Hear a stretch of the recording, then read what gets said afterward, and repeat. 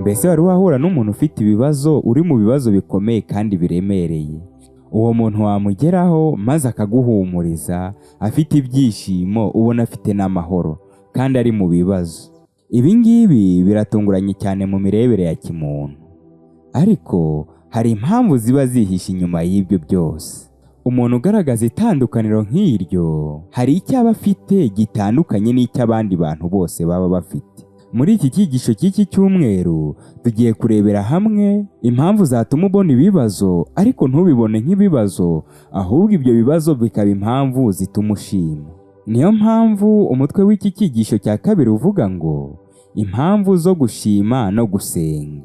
Gifite icyo kwibukwa kiboneka mu Bafilipi igice cya 1 umurongo wa 6, havuga ngo icyo nzi neza rwose ntashidikanya nuko yatangiye umurimo mwiza muri mwe izawurangiza rwose kugeza ku munsi wa Yesu Kristo. Mbere yuko twimbika mu cyigisho, ndagusaba kudacikwa n'aya mahirwe yuko buri munsi tuzajya tugezwaho isomo ry'umurinzi n'incamake y'icyigisho cyose rimwe mu cyumweru. Wicikwa rero kanda kuri subscribe kugira ngo natwe tube nk'umunyezaburi tuvuge tuti nabikiye ijambo ryawe mu mutima wanjye kugira ngo ntagucumuraho. Muracyari kumwe nanjye Iradukunda Patience, reka noneho twimbike mu cyigisho. Impamvu zo gushima no gusenga. Icyo nzi neza rwose ntashidikanya nuko yatangiye umurimo mwiza muri mwe izawurangiza rwose kugeza ku munsi wa Yesu Kristo. Abafilipi igice cya 1 umurongo wa 6. Pawuro yandika inzandiko z'Abafilipi n'Abakorosayi yari muri gereza. Ikigaragara mu mitekerereze ya kimuntu nuko muri gereza ari ahantu habi hatari aho kwishimira, ahubwo ni ahantu hababaza kandi hatera agahinda n'ishavu ku muntu ugiyeyo, kuko nta burenganzira na bukeya aba afite. Pawuro abigambiriye atangiza inyandiko ze amagambo yo gushima no guhimbaza Imana agira ati: ubuntu n'amahoro bibe muri mwe biva ku Mana Data wa twese no ku Mwami wacu Yesu Kristo. Dushime Imana Se w'Umwami wacu Yesu Kristo. Kimwe na Pawuro, natwe dufite impamvu nyinshi zatuma dushima Imana, kabone nubwo twaba tunyura mu bibazo bikomeye kandi bituremereye, ariko uwo ni umwanya mwiza wo gushima Imana. Ngo mu bibi no mu byiza mujye muhora mushima. Mbese uwo mutima nawe urawugira? Uwiteka adufasha duhe umutima nk'uwo. Turacyakomeza kurebera hamwe ibyigisho twakwigira kuri Pawuro igihe duhuye n'ibibazo, ndetse nuko twakomeza abandi bafite intege nkeya nubwo natwe twaba turi mu bibazo. Ubufatanye mu murimo wo kwamamaza ubutumwa bwiza. Urwandiko rwandikiwe Abafilipi igice cya 1 umurongo wa 3 kugeza ku murongo wa 8. Haravuga ngo: Nshima Imana yanjye iteka uko mbibutse, kandi uko mbasabiye mwese iteka ryose mbasabira nezerewe, kuko mwafatanyije nanjye umurimo wo kwamamaza ubutumwa bwiza muhereye ku munsi wa mbere mukageza na n'ubu. Icyo nzi neza rwose ntashidikanya nuko yatangiye umurimo mwiza muri mwe izawurangiza rwose kugeza ku munsi wa Yesu Kristo, kandi birakwiye ko mbatekereza ntyo mwese, kuko mu ngoyi zanjye no mu mpaka ngira kurwanira ubutumwa bwiza mpamya ko ari ubw'ukuri, mbahoza ku mutima nibuka ko musangiye nanjye ubuntu bw'Imana. Imana niyo ntanzeho umugabo yuko mbakumbuye mwese mu mbabazi za Kristo Yesu. Pawuro nk'umuntu wari mu minyururu agaragariza ubwuzu Abafilipi agira ati: mbakumbura mwese mu mbabazi za Kristo Yesu. Nubwo yaratandukanyijwe na birometero byinshi, ariko tubona abasengera kandi akabahoza ku mutima. Uburyo yahozaga ku mutima kandi agasabira Abanyafilipi biduha ishusho nziza y'uburyo Yesu Kristo nawe aduhoza ku mutima kandi akadusabira. Nk'uko Pawuro yafatanyije imibabaro ye na Kristo, niko ashimira Imana kandi agasabira Abafilipi anezerewe, kuko bagifatanyije kwamamaza umurimo wa Kristo kandi ko batigeze bacika intege ngo basubire inyuma mu kwamamaza ubutumwa bwiza. Pawuro yongera gutera umwete Abanyafilipi ababwira yuko nubwo afunze kandi akaba afungiwe izina ry'Umwami wacu Yesu Kristo, atigeze acika intege, ahubwo mu mpaka agira no mu biganiro agira abikora yamamaza ubutumwa bwiza. Nk'uko bigaragara hano, tubona Pawuro ari umuntu utita cyane ku buzima bwe bwiza cyangwa ejo hazaza he. Ahubwo icyo yitagaho cyane ni ukurwanira ubutumwa bwiza ubwabwo. Gushyirwa hejuru kw'izina rya Yesu Kristo yari intumbero ye mu mibereho ye. Mbese wowe intumbero yawe ni iyihe? Ni ukugira ubuzima bwiza no gutunga ibya mirenge kuri iyi si? Ni ubuzima bwiza se bwo muri iyi si bumara igihe gitoya? Nahanjye nahawe ho kumenya intego yawe, kugira ngo ubwo Umwami Yesu Kristo azaza, azasange twaramukoreye. Igihe Pawuro yari ari muri gereza, ntiyigeze atekereza yuko kwisabira ubwe ari byo bihagije. Ahubwo ibyifuzo bya Pawuro ni uko yagombaga gusabira itorero ryose kugira ngo ubutumwa bwiza bwamamare. Aho ngaho ariho turiga ku ngingo yo kuwa kabiri, ibyifuzo Pawuro yasabiraga. Mbese ni ibihe byifuzo? Reka dusome mu Bafilipi igice cya mbere umurongo wa 9 kugeza wa 11. Haragira hati: kandi iki ni cyo mbasabira, ni ukugira ngo urukundo rwanyu rurusheho kugwiza ubumwe no kumenya kose, mubone uko murobanura ibinyuranye, kandi mubone uko muba bataryarya n'inyangamugayo kugeza ku munsi wa Kristo, mwuzuye imbuto zo gukiranuka ziheshwa na Yesu Kristo, kugira ngo Imana ishimwe kandi himbazwe. Iri sengesho rya Pawuro ribumbatiye ibyifuzo yifuriza itorero, ari byo urukundo, ubumenyi, ubushishozi, kuba inyangamugayo, kutagira uwo ducumuraho, no gukiranuka tubonera muri Yesu Kristo. Muri iri sengesho ryibanda ku mibereho myiza y'itorero, Pawuro atangira abasabira urukundo rurushijeho kugwira. Nk'uko Pawuro abigarukaho asaba yuko uru rukundo rwayoborwa mu bwenge no mu kumenya, Bibiliya iratubwira iti: kubaha Uwiteka ni ishingiro ry'ubwenge, kandi kuva mu byaha niko kujijuka. Yobu igice cya 28 umurongo wa 28.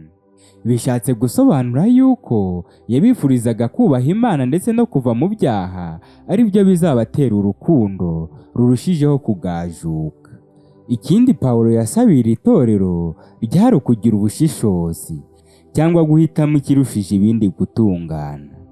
Ntiyarekeye aho, ahubwo yagumye abifuriza kuba inyangamugayo, kutagira uwo bacumuraho, ndetse icyanyuma ari cyo gikomeye cyane, kwari ugukiranuka babonera muri Yesu Kristo. Nk'uko tubizi, abana b'abantu nta gukiranuka kwacu bwite dufite, ahubwo ni uko duhabwa binyuze muri Yesu Kristo. Iki Pawuro yari akizi neza cyane, maze asabira Abafilipi gukiranuka tubonera muri Kristo. Mbese ujya ubona yuko abantu bayoborwa na Mwuka Wera batabona ibintu nk'uko abandi babibona? Kuri iyi ngingo kuwa 3 turarebera hamwe gukoresha ubushishozi mu bya Mwuka. Pawuro igihe yari afunzwe, ntabwo yabonaga yuko igifungo ari igihano cyangwa ko ari ikibazo kuri we, ahubwo mu bushishozi bw'ibya Mwuka yabibonaga yuko ari ahantu heza ho kubwiririza ubutumwa bwiza. Abafilipi igice cya mbere umurongo wa 12 kugeza ku murongo wa 18 haravuga ngo: bene data, ndashaka ko mumenya yuko ibyambayeho bitabereye ubutumwa bwiza inkomyi, ahubwo byabushyize imbere, kuko byamenyekanye mu basirikare barinda Kayizari bose no mu bandi bose yuko ari ku bwa Yesu naboshywe. Nuko ibyo bituma benshi bo muri bene data bari mu Mwami Yesu nabo biringizwa n'ingoyi zanjye, bakarushaho gutinyuka no kuvuga ijambo ry'Imana bashyize amanga. Icyakora koko bamwe babwiriza ibya Kristo babitewe n'ishyari no kwirema ibice, naho abandi bakabivugishwa n'umutima ukunze. Abo babivugishijwe n'urukundo kuko bazi yuko nashyiriweho kurwanira ubutumwa bwiza, naho abandi bamamaza ibya Kristo babitewe no kwirema ibice, babikorana umutima ubarega, bibwira ko bashobora kunyongerera umubabaro mu ngoyi zanjye. Mbese ibyo babikorera iki?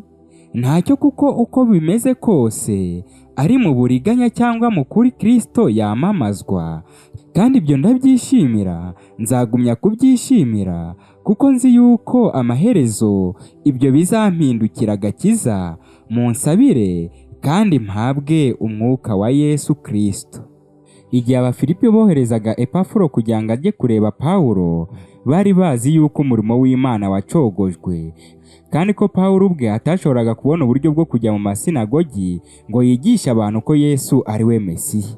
Epafuro wari ujyanye amakuru y'amatorero atandukanye yari agiye ajyanywe no gukomeza Pawuro. Ndetse bene data kubw'urukundo bakundaga Pawuro bifuzaga kumenya nuko amerewe mu by'uyu mubiri. Ariko ubutumwa yasubiranyeyo Pawuro ari bubimwihereye bwarabatunguye. Pawuro ntiyabonaga ibyamubayeho mu buryo bumwe n'ubw'abandi. Ikigaragara, Pawuro yari afite andi maso atameze nk'ay'abandi. Imitekerereze ye ndetse n'uburyo yari ahagaze mu bya mwuka byatumaga atekereza mu buryo butandukanye. Niko kwihamiriza avuga ati, ibyambayeho ntibyabereye ubutumwa bw'izi nkomyi, ahubwo byabushyize imbere, kuko bwamamaye mu basirikare barinda Kayizari bose n'abandi bose.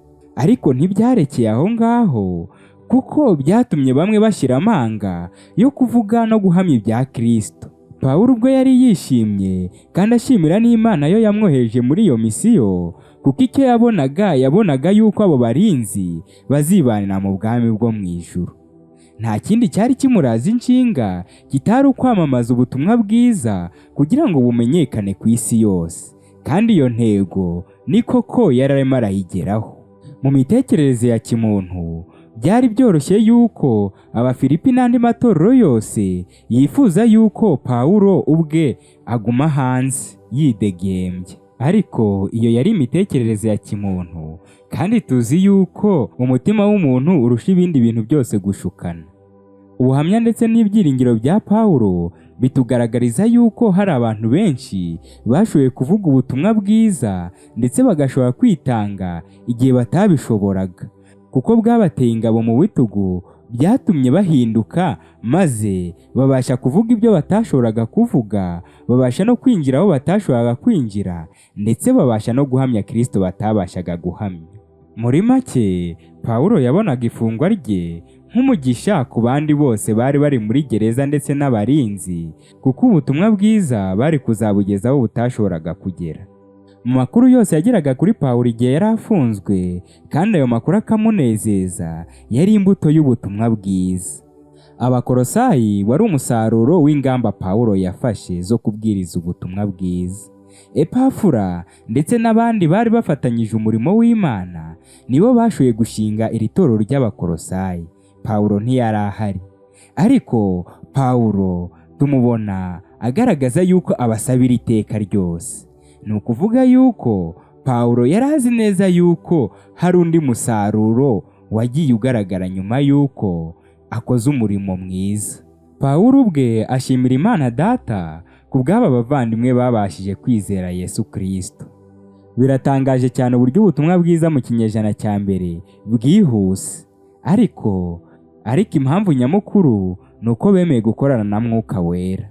Mwuka Wera niwe wenyine ushobora kwemeza imitima y'abantu, kandi imbuto yabibwe akaba ariwe ushobora kuyimeza. Ariko iyo abantu badashobora gukorana na Mwuka Wera, ibyo bakora byose biba ari iby'ubusa. Pawuro ubwe abishimangira yivugira mu magambo ye bwite yuko ashimira Imana Data wa twese yo yatumye bizera. Ibi ngibi rero mu buryo buziguye bitugaragariza imbaraga z'isengesho. Mu rwandiko yandikiye Abakorosayi igice cya 1 umurongo wa 9 yaragize ati, nicyo gituma tudasiba kubasabira uhereye igihe twabyumviye, twifuza ko mwuzuza ubwenge bwose bw'umwuka no kumenya kose ngo mumenye neza iby'Imana ishaka, mugende nk'uko bikwiriye ab'Umwami wacu, mumunezeze muri byose, mwere imbuto z'imirimo myiza yose kandi mwunguke kumenya Imana. Pawuro ubwe mu isengesho agaragaza yuko yifuzaga yuko bomatana n'Imana, bakamenya iby'Imana ibashakaho, maze muri uko kumenya iby'Imana ibashakaho nabo bagahera ko bakayihindukirira, bakayikorera nk'uko bikwiriye.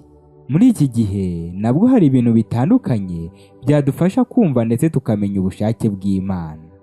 Muri ibyo harimo ibyanditswe byera cyangwa Bibiliya. Nk'uko umunyezaburi yabivuze ati, ijambo ryawe ni itabaza ry'ibirenge byanjye, ni umucyo umurikira inzira yanjye. Ikindi, Imana yaduhaye ubwenge bwihariye bw'iminsi y'imperuka binyuze mu mwuka w'ubuhanuzi. Mu bindi byadufasha kumenya ubushake bw'Imana ni ibitubaho muri rusange. Ikindi cy'ingenzi ni Mwuka Wera utuyobora. Ibi ni ibintu bine byadufasha neza kumenya ubushake bw'Imana. Kugenda uko bikwiriye abo Umwami wacu Pawuro yasabaga nta handi biva atari mu rukomatane rw'ibi bintu bine bitandukanye. Kuyoborwa na Mwuka Wera ndetse dusenga dusoma n'ijambo ry'Imana bituma imigambi yacu iba itagifatwa natwe bwite, ahubwo iba ari imigambi iyobowe na Mwuka Wera, kandi iyo migambi igera ku ntego. Kuko umwana w'umuntu atazi ejo hazaza he, atazi no mu masaha abiri cyangwa mu minota ibiri ikiraza kubaho, ariko Mwuka Wera wazi iminsi yose tuzamara kuri iyi si ibizatubaho. Mbega uburyo dufite amahirwe akomeye kandi atangaje yo kumenya neza ahazaza hacu binyuze muri Mwuka Wera. Nahanjye nahawe ngo tumwumvire, ibyo ni byo ngusabiye nanjye nisabira, ni mu izina rya Yesu, amen. Dusenge.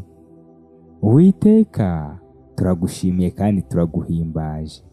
Uri Imana yacu, turagukunda. Uduhe kumenya neza, gukoresha ibyo waduhaye byose byatuma tukumenya, maze ubwo uzaza tuzibanire. Komeza uduhe umutima wawe, uduhe gusa nawe. Ibyo ni byo tukwatse, ni mu izina rya Yesu, amen.